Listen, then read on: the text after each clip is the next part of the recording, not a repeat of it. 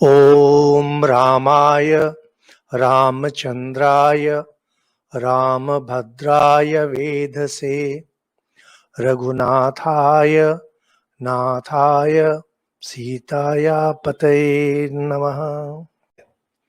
यहां पर हम लोग देखेंगे सही सही एक पतिव्रता नारी जो अपने पति के प्रति पूर्ण रूप से समर्पित है, उसका आचार कैसा होता है।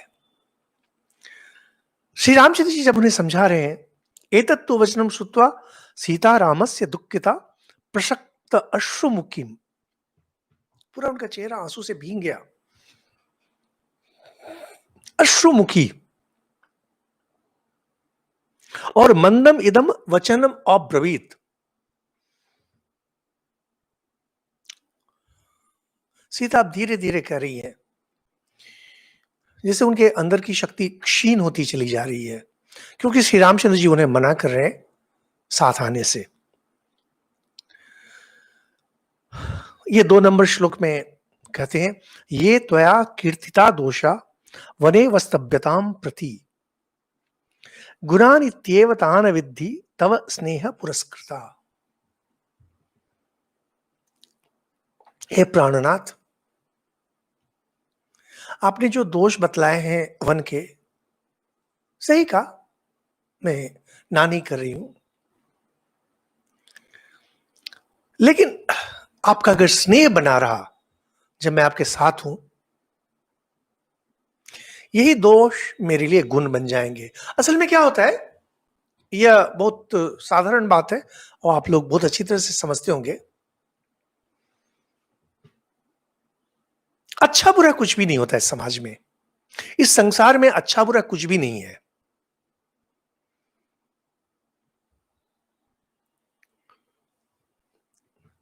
अच्छा बुरा मेरे लिए होता है, अच्छा बुरा आपके लिए होता है। मिठाई है, मिठाई ना तो अच्छी चीज है ना बुरी चीज है। आप किस अवस्था में, इस पर निर्भर करता है मिठाई अच्छी चीज है या बुरी चीज है। एक बच्चा मिठाई को देख के ललचा जाता है। अब तो खैर लोगों के पास पैसा हुआ है, हम लोग जब छोटे बच्चे थे तो उन दिनों मिठाई छठे छमा से कभी मिलती थी, पूरे भारत में यही हाल था। और मिठाई अगर मिली, इतना खुश हो जाते थे, छटपट करते थे। पहले जैसे लोगों को मिठाई नहीं, बच्चों को मिठाई नहीं मिलती थी, उसी तरह से आज के समय में लोगों को डायबिटीज बहुत होना शुरू हो गया है। अब जो डायबिटिक है उसके लिए मिठाई विष है।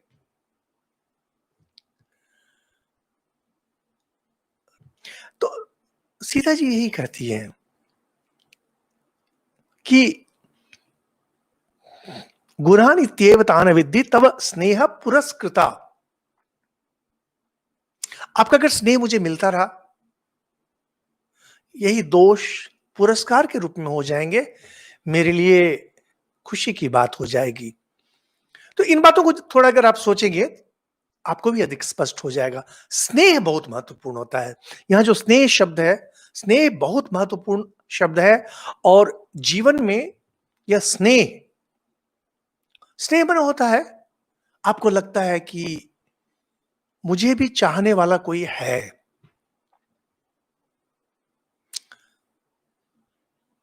मुझे कोई नहीं चाहता है, मुझे कोई नहीं प्यार करता है। मन में जब यह भाव आता है, हम संकुचित होते चले जाते हैं। और जब संकुचित होते हैं, हमारी शक्ति सीमित हो जाती है, हमारा आनंद सीमित हो जाता है। बच्चा, छोटा बच्चा, उसे चाहे रोग हो, उसे चाहे शोक हो, वह जब मां की गोद में रहता है, खिलखिलाता रहता है। उसका दुख दर्द सब दूर हो जाता है मां की गोद में। तो मां की गोद महत्वपूर्ण यहां पर नहीं है, महत्वपूर्ण है स्नेह। वह स्नेह, और स्नेह केवल हमारे देने से नहीं होगा। जो व्यक्ति पा रहा है, उसको जिससे चाहिए वहां से स्नेह मिलना चाहिए। हम लोग प्राय कहते कि मैं तो तुम्हें प्यार करता हूं, मैं तो तुम्हें प्यार करता हूं। अरे आपके प्यार को कौन पूछता है, वह किसको चाहता है। सीता जी श्री रामचंद्र जी को चाहती हैं। सीता को कोई मतलब नहीं है कौशल्या है कि नहीं, दशरथ है कि नहीं। उनका प्यार श्री रामचंद्र जी से जुड़ा हुआ है और कहती है कि अगर मैं आपके साथ हूं, लेकिन यहां पर कह रहे हैं ना, तव स्नेह पुरस्कृत, आपका स्नेह मुझे मिलना चाहिए, तो बाकी मेरे लिए फिर कुछ नहीं है, मैं सब कुछ आराम से सह लूंगी। और कहते हैं कि आप जो ये सब करें, जंगली हाथी जंगली शेर, अरे कुछ नहीं है, आपसे तो सभी डरते हैं, श्री रामचंद्र जी से, तो पशु तो यूं ही डरेंगे आपसे।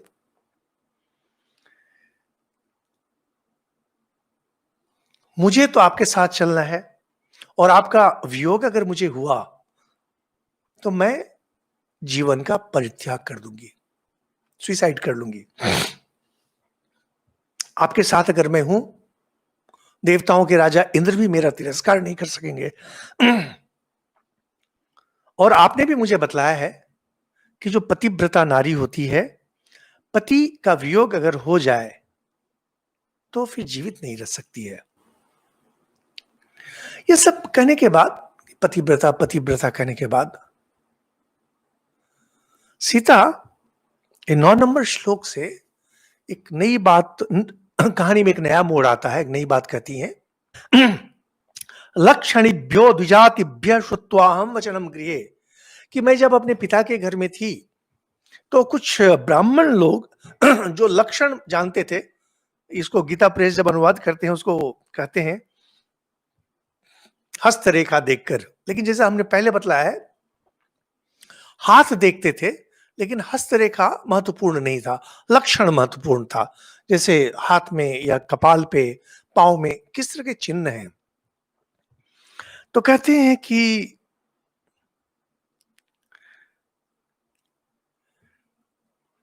पुरा पितृगृहे सत्यम वस्तव्यम किलमे वन, मैंने पिता के घर में सुना था कि मुझे वन में रहना पड़ेगा,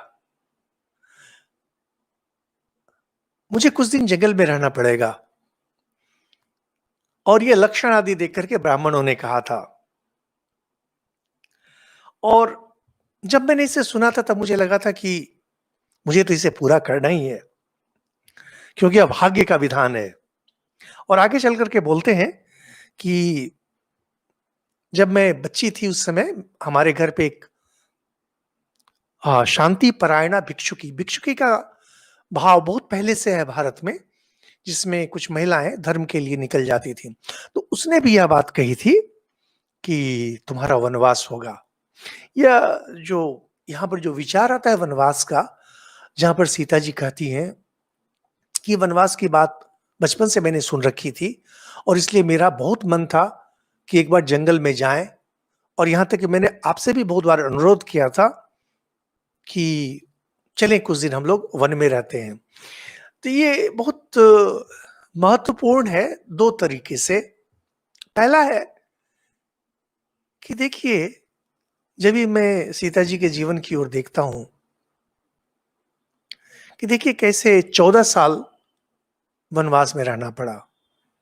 उस 14 साल में 1 साल जब रावण उन्हें हर कर लेके चला गया, करीब 1 साल के लिए, उस समय भी उन्हें राजमहल में नहीं रखा गया था, पेड़ के नीचे रखा गया था। और अयोध्या वापस आने के बाद कुछ साल बाद जब लोग फुसफुसाहट में बोलना शुरू किए कि सीता को इस तरह से रखना ठीक नहीं हुआ, तो फिर वो वनवास, वनवास उसमें आश्रम में थी, वाल्मीकि के आश्रम में। लेकिन उन दिनों इस तरह के आश्रम जंगल में ही हुआ करते थे। ये श्लोक हो सकते हैं कि बाद में रचना की गई हो या जो भी है, लेकिन जब हम लोग माता सीता का जीवन देखते हैं तो देखते हैं कि आज हमें उन्हें जगत जननी के रूप में प्रणाम करते हैं, हम उन्हें नारी के आदर्श के रूप में प्रणाम करते हैं, और राम और सीता इनको युगल आदर्श, दंपत्ति के आदर्श के रूप में पूजा करते हैं। और देखिए इसमें किस तरह से माता सीता अपने जीवन का अधिकांश भाग वनवास में बिताई। और दूसरी बात जो यहां पर सीता जब कह रही है कि जब से मैंने यह सुना है तब से मेरे मन में था कि जब भाग्य का ऐसा विधान है तो चलो हम ऐसा ही कर लेते हैं। तो खैर सीता जी इस तरह से कहती हैं कि आप मेरे स्वामी हैं, आपके पीछे प्रेम भाव से जाने से मेरे सारे पाप दूर हो जाएंगे। सीता जी कह रही है कि जो वनवास जो उन्हें बोला गया है, जरूर उनका कुछ ऐसा कर्म है पहले से जिस पाप के कारण उनको बोला गया है। अब अगर पति के पीछे पीछे वो जाती हैं, यह एक तपस्या के समान हो जाएगी और उनके पाप दूर हो जाएंगे। तो कहते हैं कि देखिए,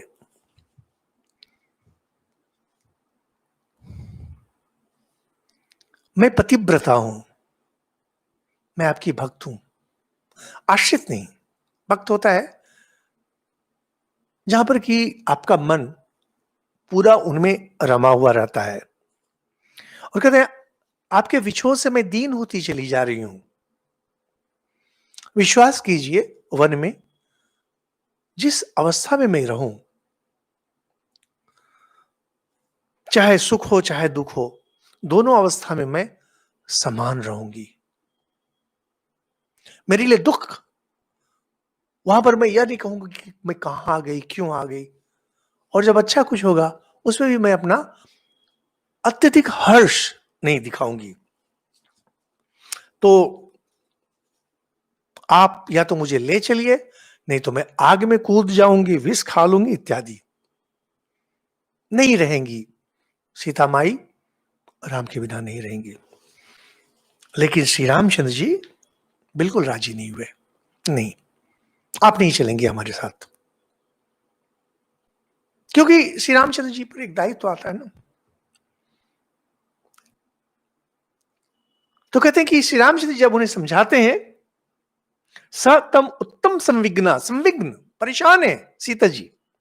और प्रणयाच अभिमानाच, ये आप लोग जो बहुत मन लगा करके सुन रहे हैं, जिनको इन चीजों में काफी इंटरेस्ट है, ये दो शब्द अगर थोड़ा सा अपने मन में बिठा के रखें, दो शब्द यहां पर सीता जी के लिए लाते हैं राम के प्रति। प्रणयाच अभिमानाच, च का अर्थ होता है और, प्रणय, प्रणय और अभिमान। अभिमान हिंदी में प्राय अभिमान का अर्थ अहंकार होता है। बंगला में अभिमान का अर्थ होता है मान। हिंदी में प्राय जो शब्द लाते हैं ना, मान, मान का अर्थ होता है जिसको आप बहुत अधिक प्यार करते हैं, अगर वो कुछ ऐसा कर दे जो आपको पसंद नहीं है, तो आप मुंह फुला बैठते हैं। यह मुंह फुलाना, वहां से एक मान होना, रूठ जाना, और सब मिला करके एक शब्द होता है अभिमान। हिंदी में प्रचलित शब्द यह नहीं है, बंगला में बहुत ही अधिक प्रचलित शब्द है। बंगला में अगर कोई बोले कि तुम्हार अभिमान होए छे, तो वहां स्पष्ट हो जाता है। संस्कृत में भी अभिमान इसी अर्थ में आता है, लेकिन हिंदी में अभिमान का अर्थ थोड़ा बदल जाता है, इसलिए इसको समझना थोड़ा मुश्किल है। कि कहते हैं, यहां तक कि गीता प्रेस में अनुवाद उन लोगों ने किया है स्वाभिमान। नहीं, स्वाभिमान बिल्कुल गलत है, यह अभिमान का भाव ही नहीं है।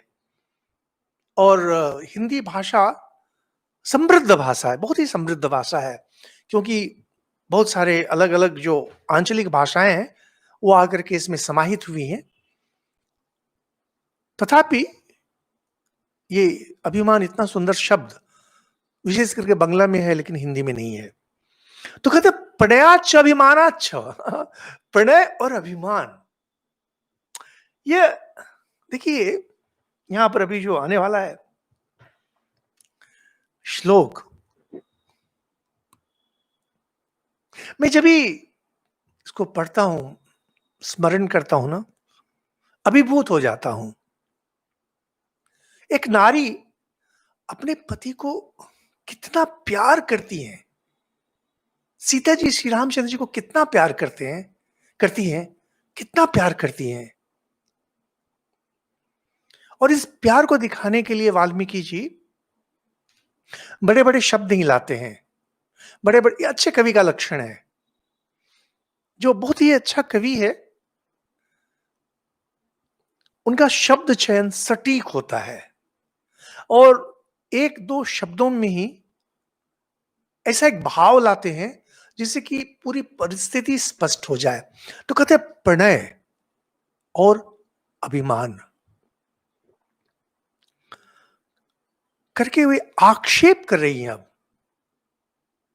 आक्षेप राम पर, किंग त्वामन्यत वैदेह पिता में मिथिलाधिपः राम जामातरम प्राप्य श्रियम पुरुष विग्रहम। के ऐसी बात कहती हैं, बहुत साधारण संस्कृत है, इतना कठिन भी नहीं है।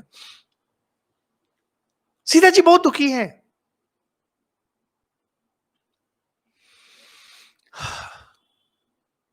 प्रणय, प्रणय मिश्रित क्रोध, जिसमें प्यार ही प्यार है। सीता जी का प्यार रामचंद्र जी के लिए टपक पड़ रहा है। एक रसगुल्ले को अगर आप गमले से उठाएं तो देखेंगे रसगुल्ले से रस टपक पड़ रहा होगा। मधु का छत्ता बहुत पुराना अगर हो जंगल आदि में, तो वहां से मधु, शहद टपक पड़ रहा होता है। सीता जी का प्रेम श्री रामचंद्र जी के लिए टपक पड़ रहा है, लेकिन आक्षेप कर रही है मानो क्रोध में। हे श्री राम, मेरे पिता मिथिला नरेश विदेह राज जनक, उन्होंने आपको दामाद बनाया। शिव का धनुष तोड़ दिया था आपने, आपको दामाद बनाया। लेकिन उन्हें कभी समझ में नहीं आई ये बात, जब आपको दामाद बना रहे तो उन्हें पता नहीं था कि आप शरीर से पुरुष हैं और कार्यकलाप से आप स्त्री हैं, नारी हैं। बहुत बड़ी बात है। श्री रामचंद्र जी को कोई और अगर यह बात करे,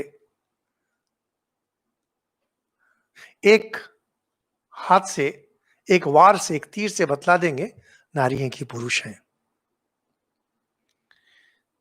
यह जो आक्षेप है सीता जी का, मेरे पिता मिथिला नरेश राजा जनक, दामाद तो उन्होंने आपको बना लिया,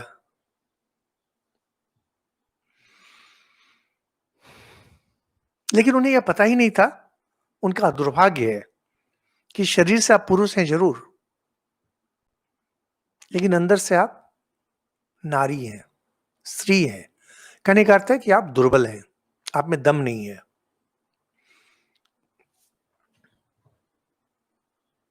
यह श्री रामचंद्र जी जैसे पुरुष को सीता जी हो या कोई भी हो, यह बात तभी कह सकती है जब प्रेम वहां पर सराबोर हो, प्रेम की मात्रा अत्यधिक हो। उसके बिना कह नहीं सकते हैं। और आप अगर मुझे यहां छोड़ देंगे, कहेंगे कि रामचंद्र में तेज और पराक्रम का भाव है, इसीलिए वो सीता को साथ नहीं ले जा सके। रामचंद्र को डर था कि वन में जाएंगे तो अपनी पत्नी की रक्षा नहीं कर सकेंगे, और इस तरह से मिथ्या आरोप, मिथ्या लांछना, मिथ्या कलंक आप पर जब लगाएंगे, मेरी क्या दुर्गति होगी सोचिए। हम लोग जिसे प्यार करते हैं उसकी उपलब्धि में हमारी उपलब्धि रहती है, उनके यश में अपना यश जुड़ा हुआ रहता है, उनके अपयश से अपना अपयश जुड़ा रहता है। यही कहते हैं कि लोग जब यह कहेंगे कि राम में पराक्रम का भाव है, मेरी क्या दुर्वस्था होगी सोचिए। और सावित्री जैसे सत्यवान के पीछे पीछे चली गई थी, उसी प्रकार आप मुझे अपनी आज्ञा के अधीन समझिए। सीता में स्वाभिमान है। पतिव्रता नारी है, जो मैं बार बार बतला रहा हूं, पतिव्रता का अर्थ गुलामी नहीं है। दो मन मिलकर एक हो जाते हैं और वहां पर प्यार है, प्रणय है, कोप है, साथ में एक दूसरे की सहायता कर रहे हैं। कहते हैं कि चाहे तपस्या करनी हो, चाहे स्वर्ग जाना हो, हे रामचंद्र, मैं तो आपके साथ रहूंगी। जो भी आप मुझे लाकर देंगे वन में, फल फूल, ऋतु के अनुसार, वही खाऊंगी। जितना देंगे उतने में ही संतुष्ट रहूंगी। और